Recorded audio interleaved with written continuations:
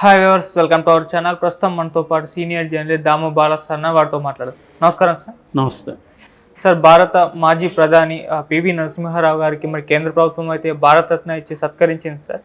మరి ఈ క్రమంలో మరి పివి నరసింహారావు గారి జర్నీ గురించి, ఆయన బయోగ్రఫీ గురించి మీరేం చెప్తారు సార్? ఈరోజు ప్రధానమంత్రి మోడీ ఎక్స్ వేదికలో అనౌన్స్ చేశారు.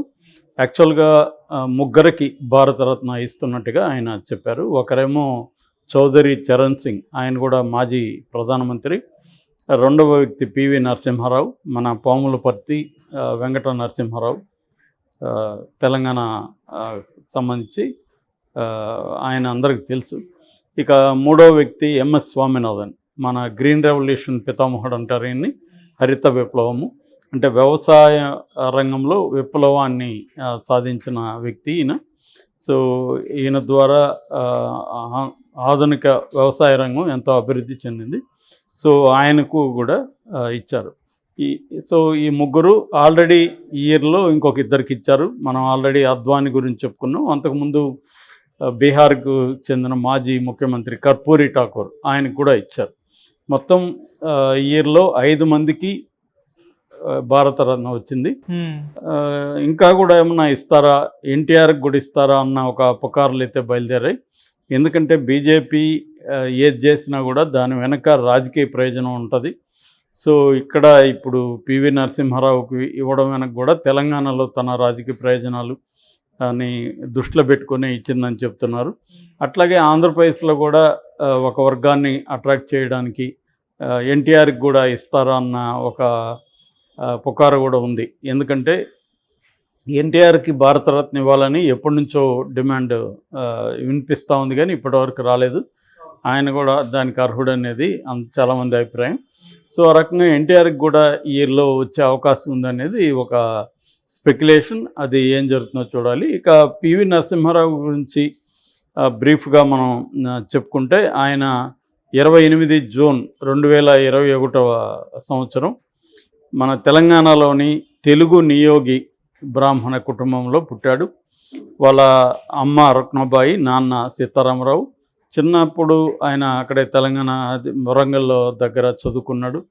దాని తర్వాత ఉస్మానియా యూనివర్సిటీలో ఆయన చదువుకున్నాడు. ఆ చదువుకున్నట్టున్నప్పుడే ఆయన ఇక్కడ హైదరాబాద్ స్టేట్ కాంగ్రెస్ అనే పార్టీ ఉండేది, దాంట్లో జాయిన్ అయ్యాడు. ఆయన జాయిన్ అయ్యి 1938లోనే ఇక్కడ నిజాము నిరంకుశత్వానికి వ్యతిరేకంగా ఆయన పోరాటం చేశాడు. దాంతో ఆయన్ని ఇక్కడ ఉస్మానియా యూనివర్సిటీలో బహిష్కరించారు. దాంతో ఒక ఫ్రెండ్ ఎవరు నాగపూర్లో ఉంటే అతను పట్టుకొని అక్కడ నాగపూర్ యూనివర్సిటీలో ఆయన ఎల్ఎల్బి చదివారు. సో ఆయన స్వామి రామానంద తీర్థ, బూర్గుల రామకృష్ణారావు వీళ్ళిద్దరికీ అనుయాయిగా ఉన్నారనమాట. వాళ్ళిద్దరి గురుత్వంలో శిష్యరకం చేశారు. సో అప్పటి నుంచి ఆయన కాంగ్రెస్ పార్టీలో పనిచేశారు. దాని తర్వాత ఇక్కడ 1957లో మొదటిసారిగా మందని నుంచి ఎమ్మెల్యేగా ఎన్నికయ్యారు కాంగ్రెస్ తరఫున. ఆ తర్వాత 63లో ఆయన మొట్టమొదటిసారిగా మంత్రిగా పనిచేశారు. మళ్ళీ 64లో కూడా మంత్రిగా ఉన్నారు. ఫస్ట్లో ఆయన న్యాయశాఖ మంత్రి, తర్వాత సమాచార శాఖ మంత్రి రంగాల్లో ఉన్నాడు. అయితే 69 నాటికి ఇక్కడ ప్రత్యేక తెలంగాణ ఉద్యమం బలంగా వచ్చింది. అప్పుడు కాంగ్రెస్ పార్టీ ఆ ఉద్యమాన్ని అణచివేయడానికి చెన్నారెడ్డి టైంలో చేసింది. సో ఆ గందరగోళంలో ఈయనకి నిజానికి ఈయన ముఖ్యమంత్రిగా కాంపిటీషన్లో లేడు, కానీ ఈయనొక్కరే ఎవరు, ఈయనకి ఒక వర్గం అంటూ లేదు. బ్రాహ్మణుడు కావడం వల్ల కూడా ఆయనకి పెద్ద వర్గం ఏమీ ఏర్పడలేదు. సో ఈయన ఏ వర్గం లేనోడు కాబట్టి ఈయనకి కొంత బ్యాలెన్స్డ్గా ఉంటాడని ఈయన ముఖ్యమంత్రిని చేశారు. అయితే ఈయన దురదృష్టం ఏంటంటే, ముఖ్యమంత్రి అయిన కొంతకాలానికి జయాంధ్ర ఉద్యమం వచ్చింది బలంగా. సో దాంతో అటు ఆంధ్రప్రదేశ్ అండ్ మన రాయలసీమ దీనికి సంబంధించిన చాలామంది మంత్రులు కూడా రిజైన్ చేశారు కాంగ్రెస్ పార్టీ నుంచి. అప్పుడు ఈయన వేరే వాళ్ళ మంత్రులను పెట్టారు. కానీ కేంద్ర కాంగ్రెస్ పార్టీ ఈయన గవర్నమెంట్ని రద్దు చేసి రాష్ట్రపతి పాలన విధించింది. ఆ రకంగా ఈయన ముఖ్యమంత్రిగా ఉన్న పీరియడ్లోనే ఇటువంటి అనేక టమల్టస్ యాక్టివిటీస్ చోటు చేసుకున్నాయన్నమాట. ఆ తర్వాత ఈయన మెల్లగా నేషనల్ పార్టీలకి వెళ్ళిపోయాడు. నేషనల్ లెవెల్లో సో అక్కడ ఉన్నప్పుడు ఆయన నిశ్శబ్దంగా పనిచేసుకుని పోయేవాడు. సో ఈ క్రమంలో ఆయనకి ఒక రాజనీతిజ్ఞుడిగా కూడా పేరు వచ్చింది. అయితే ఆయన ప్రధానమంత్రి అవడం కూడా ఒక యాక్సిడెంట్లో అని చెప్పాలి. యాక్చువల్గా యాక్సిడెంటల్ ప్రైమ్ మినిస్టర్ అని సినిమా కూడా తీశారు అది, బట్ ఈయన మీద కాదు, మన్మోహన్ సింగ్ మీద. సో ఈయనకి కూడా అనుకోకుండా వచ్చింది. 91లో రాజీవ్ గాంధీని ఎల్టీటీ వాళ్ళు శ్రీపెరంబుదూరులో చంపేసినప్పుడు అప్పుడు ఇమ్మీడియట్గా సోనియా గాంధీ పగ్గాలు చేపట్టే పరిస్థితుల్లో లేదు.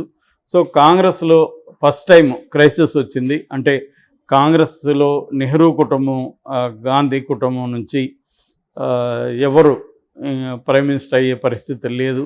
సో నాన్ గాంధీ కుటుంబం ప్రైమ్ మినిస్టర్ అవ్వాల్సిన పరిస్థితి ఏర్పడింది. సో అప్పుడు కూడా ఈయన ఇదే కారణాలతో, ఈయనకంటే ఏ గ్రూప్స్ లేవు, బాగా సీజన్డ్ పొలిటీషియను, సో రాజనీతిజ్ఞుడు అంటారు కదా అలాగా. సో దాంతో ఈయన్ని చేస్తే బాగుంటుందని అనుకొని ఈయన్ని ప్రధానమంత్రి చేశారు. సో అప్పుడు నిజానికి ఈయన ప్రధానమంత్రి అయిన టైంకి ఇండియా ఎకనామిక్ క్రైసిస్లో ఉంది, ఆర్థిక సంక్షోభంలో ఉంది. రాజీవ్ గాంధీ తీసుకొచ్చిన అనేక పాలసీలు ఫెయిల్ అయినాయి, లైసెన్స్ రాజ్యం నడుస్తుంది, దేశం అంతా కూడా ఒక రకమైన సంక్షోభ పరిస్థితుల్లో ఈయన ప్రధానమంత్రి అయ్యాడు. సో ఆ కాంటెక్స్ట్లో ఈయన కొన్ని రాడికల్ నిర్ణయాలు తీసుకున్నాడు. ప్రధానంగా ఈయన ఐజీ పటేల్ని అప్పట్లో ఆయన గొప్ప ఆర్థికవేత్త అని చెప్తారు, ఆయన్ను ఫైనాన్స్ మినిస్టర్కి పెడదాం అనుకున్నారు. కానీ ఆయన తను London school of economics head కావడం, అటు వెళ్ళిపోవడం అవన్నీ జరిగాయి. దాంతో మన్మోహన్ సింగ్, యాక్చువల్గా మన్మోహన్ సింగ్ పొలిటీషియన్ కాదు, ఆయన కూడా లండన్ స్కూల్ ఆఫ్ ఎకనామిక్స్లో చదువుకున్న ఎకనామిస్టు. ఒక ఎకనామిస్టుని తీసుకొచ్చి ఆయన ధైర్యంగా ఫైనాన్స్ మినిస్టర్ చేశారు. ఇండస్ట్రీ మినిస్ట్రీని తన దగ్గరే పెట్టుకున్నారు. సో వీళ్ళిద్దరూ కలిసి ఒక ఇండియాలోనే ఆధునిక భారతదేశంలో ఒక గొప్ప లేదా ఒక ప్రధానమైన మార్పుకి, ఆర్థిక సంస్కరణలకు తెరదీశారు. అప్పటి వరకు ఉన్న లైసెన్స్ రాజ్యాన్ని రద్దు చేశారు. విదేశీ పెట్టుబడులకి డైరెక్ట్ ఫారిన్ ఇన్వెస్ట్మెంట్ అంటే ఫారిన్ డైరెక్ట్ ఎఫ్డిఐలు అంటారు, ఎఫ్డిఐలకి బార్ల తలుపులు ఓపెన్ చేయడం, సంస్కరణలు ప్రవేశపెట్టడం, లిబరలైజేషన్ అంటాం అంటే సరళీకరణ, అంతకుముందు ఉన్న స్ట్రిక్ట్ లాస్ని అంత చేయడం, క్యాపిటల్ మార్కెట్లో విదేశీ పెట్టుబడులను ఆహ్వానించడం. దీనివల్ల ఒక్కసారిగా బల్లున తెరుచుకున్నట్టయింది, మొత్తంగా మారింది. ఆ సంస్కరణల ఫలితమే ఇదంతా. నిజానికి రాహుల్ గాంధీ అనుకున్నాడు కానీ ఆయన చేయలేకపోయాడు. సో దాన్ని పివి నరసింహారావు అండ్ మన్మోహన్ సింగ్, అదేంటంటే ఈయన ఒక్కడే ఏదో ఊహించి చేసింది కాదు, ప్రపంచవ్యాప్తంగా ఆ టైంలో మార్పులు వచ్చింది. చైనాలో కూడా వరల్డ్ ట్రేడ్ ఆర్గనైజేషన్ WTO కానీ, మానిటరీ ఫండ్ కానీ, ఇవన్నీ కూడా IMF అంటారు అప్పట్లో, ఇంటర్నేషనల్ మానిటరీ ఫండ్, ఇవన్నీ కూడా అంటే ప్రపంచవ్యాప్తంగా ఉండే వివిధ క్యాపిటలిస్ట్ కంపెనీస్కి మార్కెట్ అవసరాలు పెరిగాయి. దాంతో వివిధ దేశాల్లో ఉండే రిస్ట్రిక్షన్స్ తొలగించమని వాళ్ళు చెప్పారు. దానికి అనుగుణంగా ఈయన కూడా ఇక్కడ తొలగించడం వల్ల విదేశీ పెట్టుబడులు వచ్చాయి. అనేక గవర్నమెంట్ PSU అంటారు, పబ్లిక్ యూనిటీ, సో వాటిని ఆయన ఓపెన్ చేశాడు, పెట్టుబడులు ఓపెన్ చేశారు. ఆ రకంగా ఈయనున్న 5 ఏళ్ల పీరియడ్లో అనేక మార్పులు జరిగాయి అన్నమాట. సో ఈవెన్ మన ఇప్పుడు మోడీ కూడా ఇవన్నీ చెప్పాడు. సో దాని తర్వాత అయితే ఆయన ఉన్న 5 ఏళ్ల పీరియడ్లో కూడా అనేక డ్రామాటిక్ ఇన్సిడెంట్లు చోటు చేసుకున్నాయి. పంజాబ్లో ఖలిస్తాన్ ఉద్యమం కావచ్చు, కాశ్మీర్లో తీవ్రవాద ఉద్యమం కావచ్చు, ఇవన్నీ కూడా చోటు చేసుకున్నాయి. At the same time Babri మసీద్ ఈయన ఉన్నప్పుడే జరిగింది, దానికి ఈయన అనుమతి ఇచ్చాడని ఈయన మీద ఇప్పటికీ మచ్చ ఉంది, అదొక పెద్ద మచ్చ అని చెప్పచ్చు. అయితే ఈయన మైనార్టీ ప్రభుత్వాన్ని నడపడంలో కూడా చాలా చాకచక్యంగా నడిపాడని చెప్తారు ఈయన్ని. అయితే ఈయన మీద ఇంపీచ్మెంట్ మోషన్, అవిశ్వాస తీర్మానం ప్రవేశపెట్టినప్పుడు తనకు మెజార్టీ లేదని చెప్పి జార్ఖండ్ ముక్తి మోర్చా ఎమ్మెల్యేలను కొన్నాడన్న అభియోగం కూడా ఉంది. ఈయన మీద కేసులు కూడా నమోదైనాయి. సో అది కూడా ఒక మచ్చగా ఈయన లైఫ్లో మిగిలిపోయింది. ఈయన మీద అనేక అవినీతి ఆరోపణలు వచ్చాయి. సో ఇది ఆయన పొలిటికల్ కెరీర్. ఆయన పొలిటికల్ కెరీర్ 5 ఏళ్ళు ఉండింది. దాని తర్వాత బీజేపీ అధికారంలోకి రావడం, అట్లాగే న్యూక్లియర్ విషయంలో కూడా 98లో వాజ్పేయి గవర్నమెంట్ ఇచ్చేసినప్పుడు ఈయనే సలహాలు వాజ్పేయికి కూడా ఇచ్చాడని చెప్తారు. ఎందుకంటే ఈయన పీరియడ్లోనే న్యూక్లియర్ ఇది కూడా ఓపెన్ చేశారని సాక్షాత్తు కలాం కూడా ఈయన్ని పొగిడారు, అబ్దుల్ కలాం కూడా. సో ఆ రకంగా ఈయన రాజకీయాల్లో 5 ఏళ్ళ ఉన్నప్పటికి కూడా ఒక స్ట్రాంగ్ ముద్ర వేశారు. దక్షిణాది నుంచి ప్రధాన అయిన వాళ్ళల్లో కూడా ఈయన ఫస్ట్, ఆ తర్వాత దేవేగౌడ అయ్యారు. సో ఆ రకంగా కూడా ఆయన హిస్టరీ క్రియేట్ చేశారు. సో అవి కాకుండా ఈయన 17 భాషలు వచ్చు, ఈయనకి గొప్ప పండితుడు, బాగా పోయిటరీ ఇవన్నీ కూడా రాయగలిగిన వాడు. సో ఆయన 1000 పడుగులు విశ్వనాథ సత్యనారాయణ రాసిన నవలను కూడా ఆయన ఇంగ్లీష్లో ట్రాన్స్లేట్ చేశాడు. దానికి జ్ఞానపీఠ అవార్డు కూడా వచ్చింది. అట్లాగే ఆయన మరాఠీ నుంచి తెలుగులోకి కూడా అబల జీవితం అనే పుస్తకం ట్రాన్స్లేట్ చేశాడు. ఆయన తన ఒక స్వీయ కథనాన్ని ఒక నవల్లాగా ఇన్సైడర్ అనే పేరుతో రాశాడు. దాన్ని తెలుగులో కూడా లోపల మనిషి అని వచ్చింది. ఓకే. ఇక ఆయన పర్సనల్ విషయానికి వస్తే ఆయన సత్యమ్మరావు అని ఆయన భార్య, 3 పిల్లలు, పివి రంగారావు, పివి రాజేశ్వరరావు, సురభి వాణిదేవి, 3 కూడా రాజకీయాల్లో ఉన్నారు. కూతురేమో ఎమ్మెల్సీగా ఉంది. వాళ్ళిద్దరు కూడా మినిస్టర్లుగా పనిచేశారు. ఇది ఆయన 2024 డిసెంబర్ 27న ఆయన చనిపోయారు.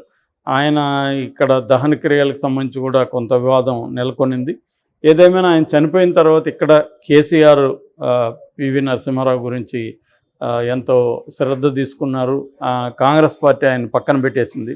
యాక్చువల్గా ఆయన పిఎంఓగా దిగిపోయినప్పటి నుంచి ఆయన సైడ్ లైన్లో పెట్టేశారు.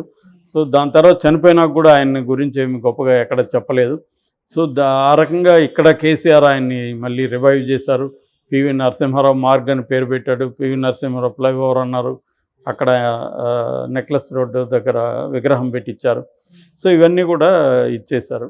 సో ఈ టైంలో ఆయనకి ఏ కారణాల రీత్యా ఇచ్చినా కూడా, రాజకీయ కారణాల రీత్యా ఇచ్చినా కూడా అది ఆహ్వానించాల్సిన విషయం. ఒక తెలుగు నేల నుంచి, ముఖ్యంగా తెలంగాణ నుంచి భారతరత్న బిరుదు పొందడం అంటే మామూలు విషయం కాదు. సో ఆ రకంగా ఇది తెలంగాణ ప్రజలందరికీ, తెలుగు ప్రజలందరికీ కూడా గర్వించాల్సిన విషయం.